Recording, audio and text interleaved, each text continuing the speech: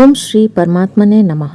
नमस्ते दोस्तों, भगवत गीता की इस यात्रा में आपका स्वागत है, अभिनंदन है। आज हम भगवत गीता के 18वें अध्याय के 67वें श्लोक में प्रवेश करेंगे। तो चलिए प्रारंभ करते हैं। वसुदेव सुतं देवं कंसचानूरमर्दनं देवकी परमानन्दं कृष्णं वन्दे जगद्गुरुम्। अथ श्रीमद्भगवद्गीता अष्टादशोऽध्यायः। श्रीभगवान् उवाच इदं ते न तपस्काय न भक्ताय कदाचन न चाक्षुश्रूषवे वाच्यं न च मां योऽभ्यसूयति। श्री भगवान बोले, यह सर्वगुह्यतम वचन तुझे अतपस्वी को नहीं कहना चाहिए, अभक्त को कभी नहीं कहना चाहिए, तथा जो सुनना नहीं चाहता उसको नहीं कहना चाहिए, और जो मुझे दोष दृष्टि से देखता है उसको भी नहीं कहना चाहिए। इदं ते न तपस्काय, पूर्व श्लोक में आए सर्वधर्मान परित्यज्य मामेकम शरणम व्रज, इस सर्वगुह्यतम वचन के लिए यहाँ इदं पद आया है। अपने कर्तव्य का पालन करते हुए स्वाभाविक जो कष्ट आ जाए, विपरीत परिस्थिति आ जाए, उसको प्रसन्नता पूर्वक सहने का नाम तप है। तप के बिना अंतःकरण में पवित्रता नहीं आती, और पवित्रता आए बिना अच्छी बातें धारण नहीं होती। इसलिए भगवान कहते हैं कि जो तपस्वी नहीं है उसको यह सर्वगुह्यतम रहस्य नहीं कहना चाहिए। जो सहिष्णु अर्थात सहनशील नहीं है वह भी अतपस्वी है, अतः उसको भी यह सर्वगुह्यतम रहस्य नहीं कहना चाहिए। यह सहिष्णुता 4 प्रकार की होती है। पहली, द्वंद्व सहिष्णुता, राग द्वेष हर्ष शोक सुख दुख मान अपमान निंदा स्तुति आदि द्वंद्वों से रहित हो जाना। ते द्वंद्व मोह निर्मुक्ता, गीता 7वें अध्याय का 28वां श्लोक। और द्वंद्वैहि विमुक्ता सुख दुख संगैहि, गीता 15वें अध्याय का 5वां श्लोक। दूसरी, वेग सहिष्णुता, काम क्रोध लोभ द्वेष आदि वेगों को उत्पन्न न होने देना। काम क्रोधोद भवम वेगम, गीता 5वें अध्याय का 23वां श्लोक। तीसरी, पर मत सहिष्णुता, दूसरों की मत की महिमा सुनकर अपने मत में संदेह न होना और उनके मत से उद्विग्न न होना। एकम सांख्यम च योगम च यः पश्यति स पश्यति, गीता 5वें अध्याय का 5वां श्लोक। आपस में मतभेद होना और अपने मत के अनुसार साधन करके जीवन बनाना दोष नहीं है, प्रत्युत दूसरों का मत बुरा लगना, उनके मत का खंडन करना, उनके मत से घृणा करना ही दोष है। चौथी, परोत्कर्ष सहिष्णुता, अपने में योग्यता अधिकार पद त्याग तपस्या आदि की कमी है तो भी दूसरों की योग्यता अधिकार आदि की प्रशंसा सुनकर अपने में कुछ भी विकार न होना।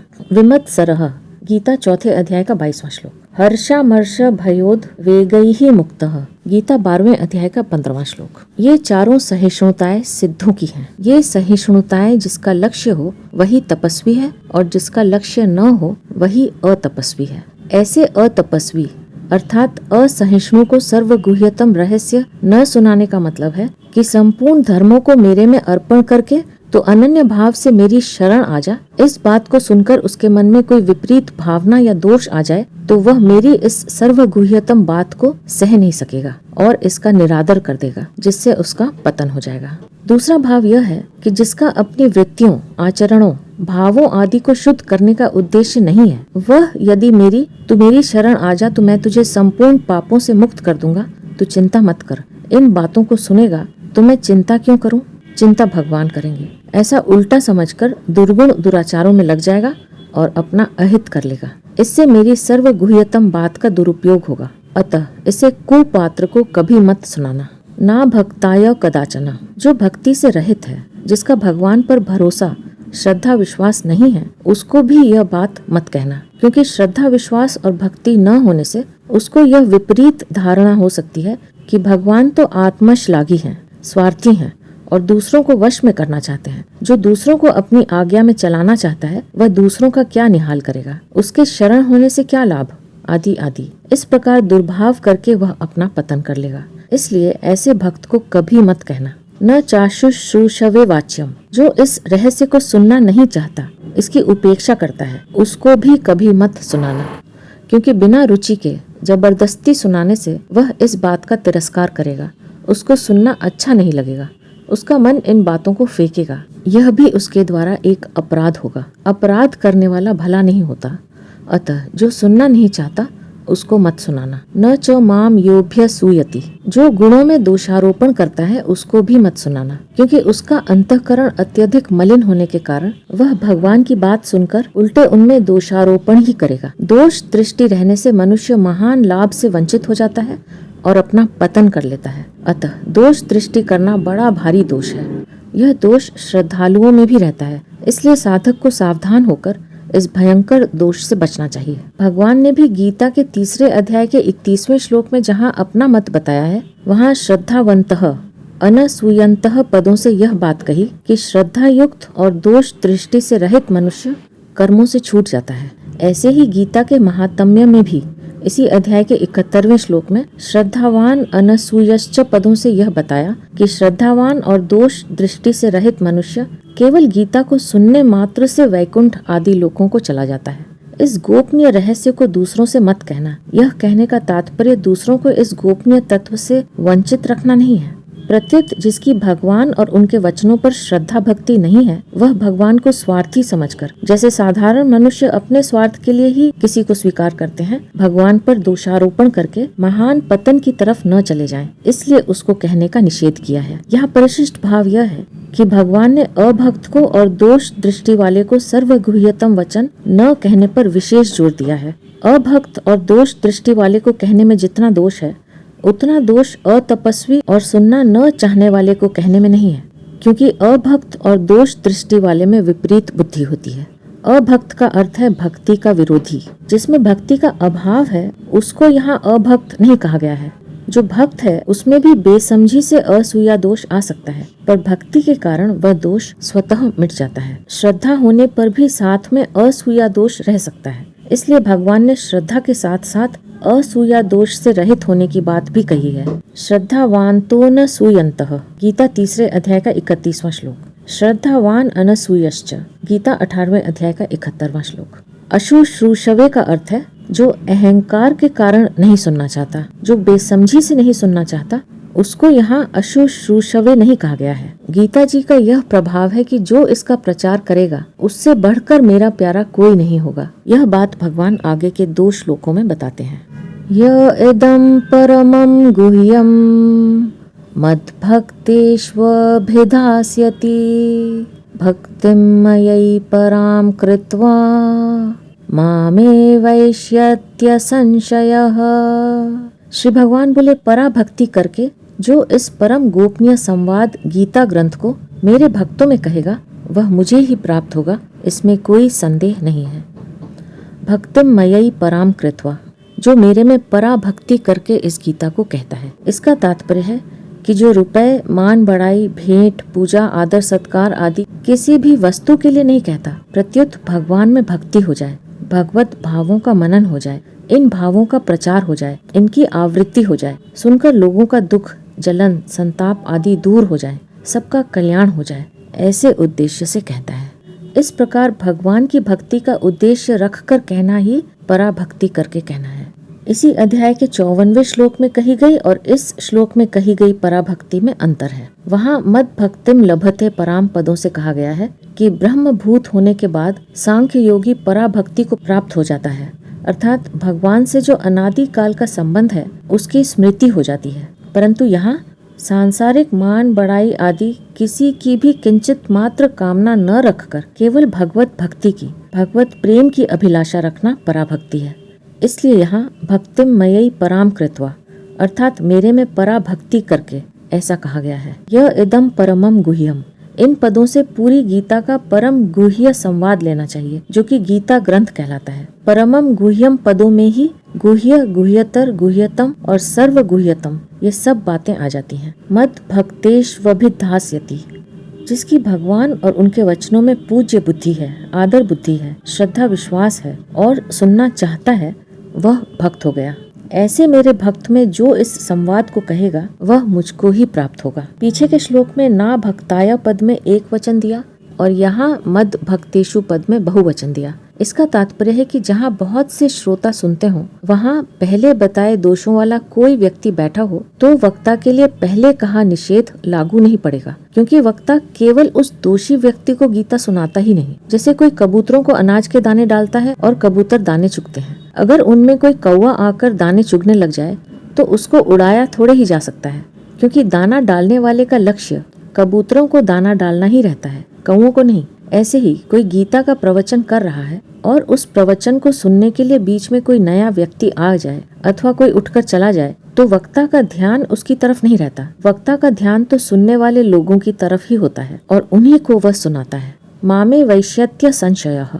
अगर गीता सुनाने वाले का केवल मेरा ही उद्देश्य होगा तो वह मुझको प्राप्त हो जाएगा, इसमें कोई संदेह की बात नहीं है। कारण कि गीता की यह एक विचित्र कला है कि मनुष्य अपने स्वाभाविक कर्मों से भी परमात्मा का निष्काम भाव पूर्वक पूजन करता हुआ परमात्मा को प्राप्त हो जाता है। इसी अध्याय का 46वां श्लोक। और जो खाना पीना, शौच, स्नान आदि शारीरिक क्रियाओं को भी भगवान के अर्पण कर देता है, वह भी शुभ अशुभ फल रूप कर्म बंधन से मुक्त होकर भगवान को प्राप्त हो जाता है। 9वें अध्याय का 27वां-28वां श्लोक। तो फिर जो केवल भगवान की भक्ति का लक्ष्य करके गीता का प्रचार करता है, वह भगवान को प्राप्त हो जाए, इसमें कहना ही क्या है। न च तस्मान् मनुष्येषु कश्चिन्मे प्रियकृत्तमः भविता न च मे तस्मात् अन्यः प्रियतरो भुवि। श्री भगवान बोले, उसके समान मेरा अत्यंत प्रिय कार्य करने वाला मनुष्यों में कोई भी नहीं है और इस भूमंडल पर उसके समान मेरा दूसरा कोई प्रियतर होगा भी नहीं। न च तस्मान् मनुष्येषु कश्चिन्मे प्रियकृत्तमः। जो अपने में लौकिक पारलौकिक प्राकृत पदार्थों की महत्ता, लिप्सा, आवश्यकता रखता है और रखना चाहता है, वह पराभक्ति के अंतर्गत नहीं आ सकता। इसी अध्याय का 68वां श्लोक। पराभक्ति के अंतर्गत वही आ सकता है जिसका प्राकृत पदार्थों को प्राप्त करने का किंचित मात्र भी उद्देश्य नहीं है और जो भगवत प्राप्ति, भगवत दर्शन, भगवत प्रेम आदि पारमार्थिक उद्देश्य रखकर गीता के अनुसार ही अपना जीवन बनाना चाहता है। ऐसा मनुष्य ही भगवत गीता के प्रचार का अधिकारी होता है। यदि उसमें कभी मान बढ़ाई आदि की इच्छा आ भी जाए तो वह टिकेगी नहीं, क्योंकि मान बढ़ाई आदि प्राप्त करना उसका उद्देश्य नहीं है। भगवान के भक्त में गीता का प्रचार करने वाले उपर्युक्त अधिकारी मनुष्य के लिए ही तस्मात् पद देकर भगवान कहते हैं कि मनुष्यों में उसके समान मेरा प्रिय कृतम अर्थात अत्यंत प्रिय कार्य करने वाला कोई भी नहीं है, क्योंकि गीता प्रचार के समान दूसरा मेरा कोई प्रिय कार्य है ही नहीं। प्रिय कृतमः, प्रिय कृतमः पद में जो कृत पद आया है उसका तात्पर्य है कि गीता का प्रचार करने में उसका अपना कोई स्वार्थ नहीं है, मान बढ़ाई आदर सत्कार आदि की कोई कामना नहीं है, केवल भगवत प्रीत्यर्थ गीता के भावों का प्रचार करता है। इसलिए वह प्रिय कृतम भगवान का अत्यंत प्रिय कार्य करने वाला है। मनुष्यों में प्रिय कृतम कहने का तात्पर्य है कि भगवान का अत्यंत प्यारा बनने के लिए मनुष्यों को ही अधिकार है। संसार में कामनाओं की पूर्ति कर लेना कोई महत्व की, बहादुरी की बात नहीं है। देवता, पशु, पक्षी, नारकीय जीव, कीट, पतंग, वृक्ष, लता आदि सभी योनियों में कामना की पूर्ति करने का अवसर मिलता है, परंतु कामना का त्याग करके परमात्मा की प्राप्ति करने का अवसर तो केवल मनुष्य योनि में ही मिलता है। इस मनुष्य योनि को प्राप्त करके परमात्मा की प्राप्ति करने में, परमात्मा का अत्यंत प्यारा बनने में ही मनुष्य जन्म की सफलता है। भविता न च मे तस्मात् अन्यः प्रियतरो भुवि, जिसमें अपनी मान बढ़ाई की वासना है, कुछ स्वार्थ भाव भी है और जिसका अपना उद्धार करने का तथा गीता के अनुसार जीवन बनाने का उद्देश्य वैसा यानी प्रिय कृतम के समान नहीं बना है, परंतु जिसके हृदय में गीता का विशेष आदर है और गीता का पाठ करवाना, गीता कंठस्थ करवाना, गीता मुद्रित करवाकर उसकी सस्ती बिक्री कराना आदि किसी तरह से गीता का प्रचार करता है और लोगों को गीता में लगाता है, उसके समान पृथ्वी मंडल पर मेरा दूसरा कोई प्रियतर नहीं होगा। अपने धर्म, संप्रदाय, सिद्धांत आदि का प्रचार करने वाले व्यक्ति भगवान का प्रिय तो हो सकता है, पर प्रियतर नहीं होगा। प्रियतर तो किसी तरह से गीता का प्रचार करने वाला ही होगा। भगवत गीता में अपना उद्धार करने की ऐसी ऐसी विलक्षण, सुगम और सरल युक्तियाँ बताई गई हैं, जिनको मनुष्य मात्र अपने आचरणों में ला सकता है। तात्पर्य यह है कि जो गीता का आदर करता है, ऐसा मनुष्य हिंदू, मुस्लिम, ईसाई, यहूदी, पारसी, बौद्ध आदि किसी भी धर्म को मानने वाला क्यों न हो, किसी भी देश, वेश, वर्ण, आश्रम, संप्रदाय आदि का क्यों न हो, अपनी रुचि के अनुसार किसी भी शैली, उपाय, सिद्धांत, साधन को मानने वाला क्यों न हो, वह यदि अपना किसी तरह से आग्रह न रखकर, पक्षपात, विषमता को छोड़कर, किसी भी प्राणी को दुख पहुंचाने वाली चेष्टा को त्याग करके, मन में किसी भी लौकिक, पारलौकिक, उत्पन्न और नष्ट होने वाली वस्तु की कामना न रखकर, अपना संप्रदाय, अपनी टोली बनाने का उद्देश्य न रखकर,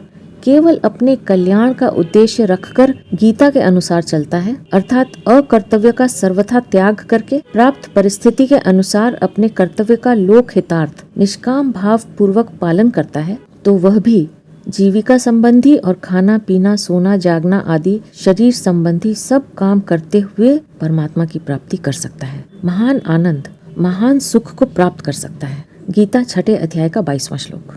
गीता वेश, आश्रम, अवस्था, क्रिया आदि का परिवर्तन करने के लिए नहीं कहती, प्रत्युत परिमार्जन करने के लिए कहती है, अर्थात केवल अपने भाव और उद्देश्य को शुद्ध बनाने के लिए कहती है। गीता की ऐसी युक्तियों को जो भगवान की तरफ चलने वाले भक्तों में कहेगा, उससे उन भक्तों को पारमार्थिक मार्ग में बढ़ने की युक्तियाँ मिलेंगी, शंकाओं का समाधान मिलेगा, साधन की उलझनें सुलझेंगी, पारमार्थिक मार्ग की बाधाएं दूर होंगी, जिससे वे उत्साह से सुगमता पूर्वक बहुत जल्दी अपने लक्ष्य को प्राप्त कर सकेंगे। इसलिए वह भगवान को सबसे अधिक प्यारा होगा, क्योंकि भगवान जीव के उद्धार से बड़े राजी होते हैं, प्रसन्न होते हैं। यहाँ परिशिष्ट भाव यह है कि गीता की शिक्षा से मनुष्य मात्र का प्रत्येक परिस्थिति में सुगमता से कल्याण हो सकता है, इसलिए भगवान इसके प्रचार की विशेष महिमा कहते हैं। गीता ने युद्ध जैसी परिस्थिति में भी कल्याण होने की बात कही है। सुख दुखे समे कृत्वा, 2 अध्याय का 38वां श्लोक। यत् करोषि यदश्नासि, 9वें अध्याय का 27वां श्लोक। स्वकर्मणा तमभ्यर्च्य, 18वें अध्याय का 46वां श्लोक आदि। जब युद्ध जैसी परिस्थिति यानी घोर कर्म में भी कल्याण हो सकता है, तो फिर अन्य परिस्थिति में कैसे नहीं होगा। जो मनुष्य भगवान का प्यारा हो जाता है, उसको कर्म योग, ज्ञान योग और भक्ति योग तीनों योग प्राप्त हो जाते हैं। जिसमें गीता का प्रचार करने की योग्यता नहीं है, वह क्या करे, इसको भगवान आगे के श्लोक में बताते हैं। अध्येष्यते च य इमम् धर्मं संवादमावयोः ज्ञानयज्ञेन तेनाहम् इष्टस्यामिति मे मतिः। श्री भगवान बोले, जो मनुष्य हम दोनों के इस धर्म में संवाद का अध्ययन करेगा, उसके द्वारा भी मैं ज्ञान यज्ञ से पूजित होऊंगा, ऐसा मेरा मत है। अध्येष्यते च म इमं धर्म्यम संवादम आवयोः, तुम्हारा हमारा यह संवाद शास्त्रों सिद्धांतों के सार रूप धर्म से युक्त है। यह बहुत विचित्र बात है कि परस्पर साथ रहते हुए भी तुम्हारे हमारे बहुत वर्ष बीत गए, परंतु हम दोनों का ऐसा संवाद कभी नहीं हुआ। ऐसा धर्म में संवाद तो केवल विलक्षण अलौकिक अवसर आने पर ही होता है। जब तक मनुष्य की संसार से उकताहट न हो, वैराग्य या उपरति न हो और हृदय में जोरदार हलचल न मची हो, तब तक उसकी असली जिज्ञासा जागृत नहीं होती। किसी कारणवश जब यह मनुष्य अपने कर्तव्य का निर्णय करने के लिए व्याकुल हो जाता है, जब अपने कल्याण के लिए कोई रास्ता नहीं दिखता, बिना समाधान के और कोई सांसारिक वस्तु, व्यक्ति, घटना, परिस्थिति आदि किंचित मात्र भी अच्छी नहीं लगती, एकमात्र हृदय का संदेह दूर करने की धुन चटपटी लग जाती है, एक ही जोरदार जिज्ञासा होती है और दूसरी तरफ से मन सर्वथा हट जाता है, तब यह मनुष्य जहाँ से प्रकाश और समाधान मिलने की संभावना होती है, वहाँ वह अपना हृदय खोल कर बात पूछता है, प्रार्थना करता है, शरण हो जाता है, शिष्य हो जाता है। पूछने वाले के मन में जैसी जैसी उत्कंठा बढ़ती है, कहने वाले के मन में वैसी वैसी बड़ी विचित्रता और विलक्षणता से समाधान करने वाली बातें पैदा होती हैं। मन में जोरदार जिज्ञासा होने से जब जिज्ञासु बार बार प्रश्न करता है, तब कहने वाले के मन में नए नए उत्तर पैदा होते हैं। सुनने वाले को ज्यों ज्यों नई बातें मिलती हैं, त्यों त्यों उसमें सुनने की नई नई उत्कंठा पैदा होती रहती है। ऐसा होने पर ही वक्ता और श्रोता इन दोनों का संवाद बढ़िया होता है। अर्जुन ने ऐसी उत्कंठा से पहले कभी बात पूछी नहीं और भगवान के मन में भी ऐसी बातें कहने की कभी आई नहीं, परंतु जब अर्जुन ने जिज्ञासा पूर्वक स्थित प्रज्ञस्य का भाषा 2 अध्याय का 54वां श्लोक यहाँ से पूछना आरंभ किया, वहीं से दोनों का प्रश्नोत्तर रूप संवाद आरंभ हुआ है। इसमें वेदों तथा उपनिषदों का सार और भगवान के हृदय का असली भाव है, जिसको धारण करने से मनुष्य भयंकर से भयंकर परिस्थिति में भी अपने मनुष्य जन्म के ध्येय को सुगमता पूर्वक सिद्ध कर सकता है। प्रतिकूल से प्रतिकूल परिस्थिति आने पर भी घबराए नहीं, प्रत्युत प्रतिकूल परिस्थिति का आदर करते हुए उसका सदुपयोग करे, अर्थात अनुकूलता की इच्छा का त्याग करे, क्योंकि प्रतिकूलता पहले किए पापों का नाश करने और आगे अनुकूलता की इच्छा का त्याग करने के लिए ही आती है। अनुकूलता की इच्छा जितनी ज्यादा होगी उतनी ही प्रतिकूल अवस्था भयंकर होगी। अनुकूलता की इच्छा का ज्यों-ज्यों त्याग होता जाएगा त्यों-त्यों अनुकूलता का राग और प्रतिकूलता का भय मिटता जाएगा। राग और भय दोनों के मिटने से समता आ जाएगी। समता परमात्मा का साक्षात स्वरूप है। गीता में समता की बात विशेषता से बताई गई है और गीता ने इसी को योग कहा है। इस प्रकार कर्म योग, ज्ञान योग, भक्ति योग, ध्यान योग, प्राणायाम आदि की विलक्षण विलक्षण बातों का इसमें वर्णन हुआ है। अध्येष्यते, अध्येष्यते का तात्पर्य है कि इस संवाद को कोई ज्यों-ज्यों पढ़ेगा, पाठ करेगा, याद करेगा, उसके भावों को समझने का प्रयास करेगा, त्यों ही त्यों उसके हृदय में उत्कंठा बढ़ेगी। वह ज्यों-ज्यों समझेगा त्यों-त्यों उसकी शंकाओं का समाधान होगा। ज्यों-ज्यों शंकाओं का समाधान होगा त्यों-त्यों इसमें अधिक रुचि पैदा होगी। ज्यों-ज्यों अधिक रुचि पैदा होगी त्यों-त्यों गहरे भाव उसकी समझ में आएंगे और फिर वे भाव उसके आचरणों में, क्रियाओं में और बर्ताव में आने लगेंगे। आदर पूर्वक आचरण करने से वह गीता की मूर्ति बन जाएगा। उसका जीवन गीता रूपी सांचे में ढल जाएगा, अर्थात वह चलती फिरती भगवत गीता हो जाएगा। उसको देखकर लोगों को गीता की याद आने लगेगी। ज्ञान यज्ञेन तेनाहम इष्टस्याम। यज्ञ दो प्रकार के होते हैं, द्रव्य यज्ञ और ज्ञान यज्ञ।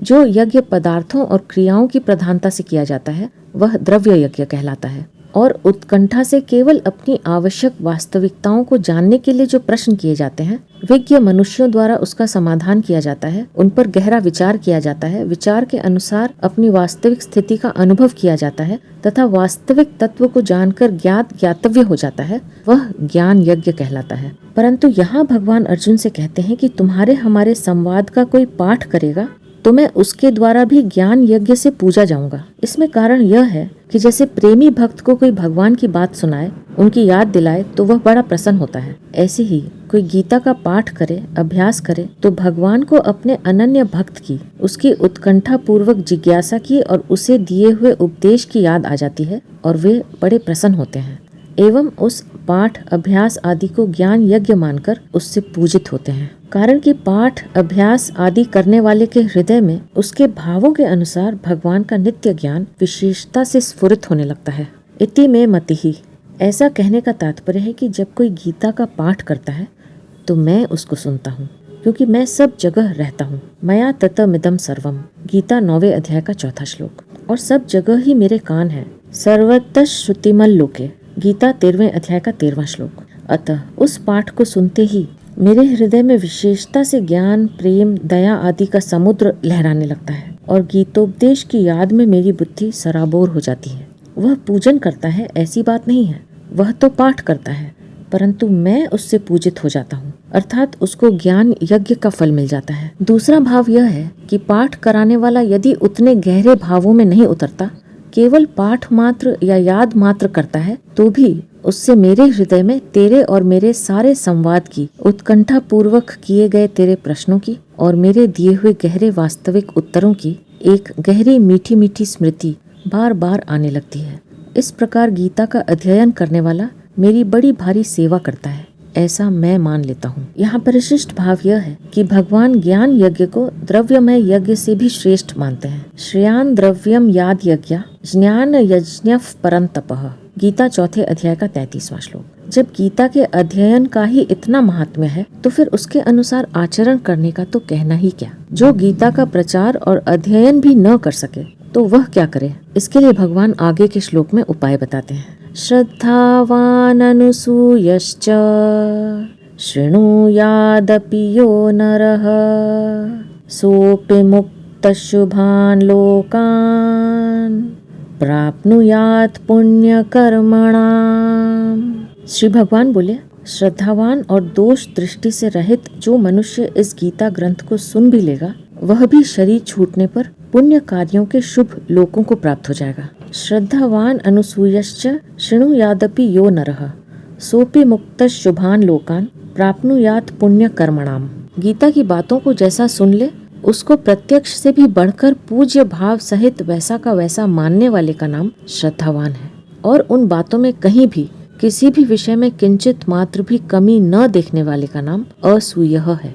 ऐसा श्रद्धावान और दोष दृष्टि से रहित मनुष्य गीता को केवल सुन भी ले तो वह भी शरीर छूटने पर संपूर्ण पापों से मुक्त होकर पुण्य कार्यों के शुभ लोकों को प्राप्त कर लेता है। यहाँ 2 बार अपी पद देने का तात्पर्य है कि जो गीता का प्रचार करता है, अध्ययन करता है, उसके लिए तो कहना ही क्या, पर जो सुन भी लेता है वह मनुष्य भी शरीर छूटने पर शुभ लोकों को प्राप्त हो जाता है। मनुष्य की वाणी में प्रायः भ्रम, प्रमाद, लिप्सा और करणापाटव ये 4 दोष होते हैं। वक्ता जिस विषय का प्रतिपादन करता है उस विषय में वह बिल्कुल निसंदेह न हो, इसे भ्रम कहते हैं। वक्ता विवेचन में आलस्य, उपेक्षा, उदासीनता, तत्परता की कमी, लोग समझें या न समझें, इन बातों की बेपरवाह करता है, इसे प्रमाद कहते हैं। वक्ता की रुपए, पैसे, मान, बड़ाई, आदर, सत्कार, सुख, आराम आदि लौकिक पारलौकिक कुछ भी पाने की इच्छा है, इसे लिप्सा कहते हैं। और वक्ता जिन इंद्रियां, मन, बुद्धि, वाणी आदि से अपने भाव प्रकट करता है, उन करणों में पटुता,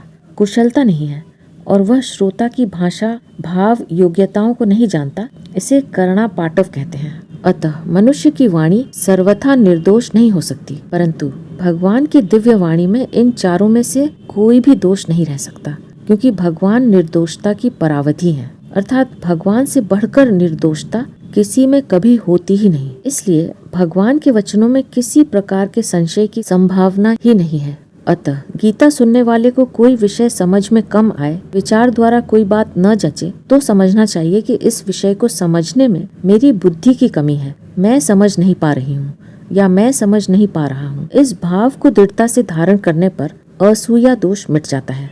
भगवान में अत्यधिक श्रद्धा विश्वास पूर्वक भक्ति होने पर भी असूया दोष नहीं रहता। चैतन्य महाप्रभु का एक भक्त था, वह रोज गीता का पाठ करते हुए मस्त हो जाता था, गदगद हो जाता था और रोने लगता था। वह शुद्ध पाठ नहीं करता था, उसके पाठ में अशुद्धियां आती थी। उसके विषय में किसी ने चैतन्य महाप्रभु से शिकायत कर दी कि देखिए प्रभु, वह बड़ा पाखंड करता है, पाठ तो शुद्ध करता नहीं और रोता रहता है। चैतन्य महाप्रभु ने उसको अपने पास बुलाकर पूछा कि तुम गीता का पाठ करते हो तो क्या उसका अर्थ जानते हो? उसने कहा नहीं प्रभु। फिर चैतन्य महाप्रभु ने पूछा तो फिर तुम रोते क्यों हो? तब उसने कहा कि मैं जब अर्जुन उवाच पढ़ता हूँ तो अर्जुन भगवान से पूछ रहे हैं, ऐसा मुझे प्रत्यक्ष दिखता है, और जब मैं श्री भगवान उवाच पढ़ता हूँ तो भगवान अर्जुन के प्रश्नों का उत्तर दे रहे हैं, ऐसा मुझे प्रत्यक्ष दिखता है। इस प्रकार भगवान श्री कृष्ण और अर्जुन का आपस में संवाद हो रहा है, ऐसा प्रत्यक्ष मुझे दिखता है, परंतु अर्जुन क्या पूछते हैं और भगवान क्या उत्तर देते हैं, यह मेरी समझ में नहीं आता। मैं तो उन दोनों के दर्शन कर करके राजी होता हूँ। उसकी ऐसी श्रद्धा भक्ति देखकर चैतन्य महाप्रभु बहुत प्रसन्न हुए। इस प्रकार की श्रद्धा भक्ति वाला मनुष्य गीता को केवल सुन भी ले तो उसकी मुक्ति में कोई संदेह नहीं रहता। वह शरीर छूटने पर संपूर्ण पापों से मुक्त होकर पुण्य कार्यों के शुभ लोकों को प्राप्त हो जाता है। यहाँ पुण्य कर्मणाम पद से सकाम भाव पूर्वक यज्ञ अनुष्ठान आदि पुण्य कर्म करने वालों को नहीं लेना चाहिए, क्योंकि भगवान ने उनको ऊंचा नहीं माना है। प्रत्युत उनके बारे में कहा है कि वे बार बार आवागमन को प्राप्त होते हैं। गीता 9वें अध्याय का 21वां श्लोक। यहाँ उन पुण्य कर्मा भक्तों को लेना चाहिए जिनको भगवान का प्रेम, दर्शन आदि की प्राप्ति होती है। ऐसे पुण्य कर्मा भक्तों को अपने अपने इष्ट के अनुसार वैकुंठ, साकेत, गोलोक, कैलाश आदि जिन दिव्य लोकों की प्राप्ति होती है, असूया दोष रहित श्रद्धावान मनुष्य को गीता सुनने मात्र से उन लोकों की प्राप्ति हो जाती है। यहाँ परिशिष्ट भाव यह है कि शुभान लोकान प्राप्नुयात पुण्य कर्मणाम। श्रद्धा भक्ति के तारतम्य से गीता को सुनने में तारतम्य रहता है, और सुनने के तारतम्य से श्रोता का स्वर्ग आदि लोकों से लेकर भवलोक तक अधिकार हो जाता है। अर्थात अधिक श्रद्धा भक्ति होगी तो वह भगवान के धाम को प्राप्त हो जाएगा, और कम श्रद्धा भक्ति होगी तो वह अनन्य लोकों को प्राप्त हो जाएगा। श्लोक में गीता सुनने का महात्म्य बताकर अब अर्जुन की क्या स्थिति है, क्या दशा है आदि सब कुछ जानते हुए भी भगवान भगवत गीता श्रवण के महात्म्य को सबके सामने प्रकट करने के उद्देश्य से आगे के श्लोक में अर्जुन से प्रश्न करते हैं।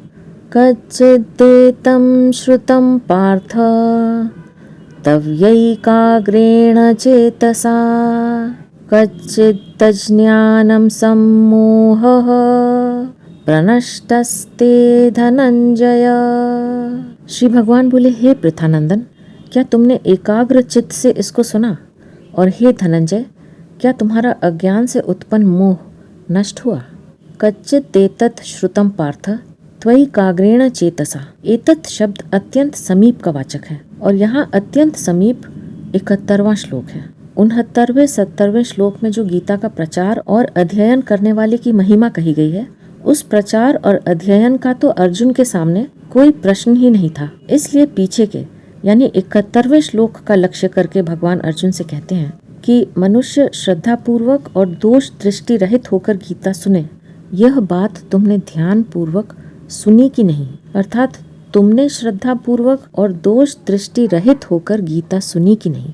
एकाग्रेण चेतसा। एकाग्रेण चेतसा कहने का तात्पर्य है कि गीता में भी जिस अत्यंत गोपनीय रहस्य को अभी पहले 64वें श्लोक में कहने की प्रतिज्ञा की, 67वें श्लोक में इदम ते ना तपस्काय कहकर निषेध किया और 66वें श्लोक में मेरे वचनों में जिसको मैंने परम वचन कहा है, उस सर्वगुह्यतम शरणागति की बात को तुमने ध्यान पूर्वक सुना कि नहीं? उस पर ख्याल किया कि नहीं? कच्चित अज्ञान सम्मोह प्रणष्टस्ते धनंजय। भगवान दूसरा प्रश्न करते हैं कि तुम्हारा अज्ञान से उत्पन्न हुआ मोह नष्ट हुआ कि नहीं? अगर तुम्हारा मोह नष्ट हो गया तो तुमने मेरा उपदेश सुन लिया, और अगर मोह नष्ट नहीं हुआ तो तुमने मेरा यह रहस्यमय उपदेश एकाग्रता से सुना ही नहीं।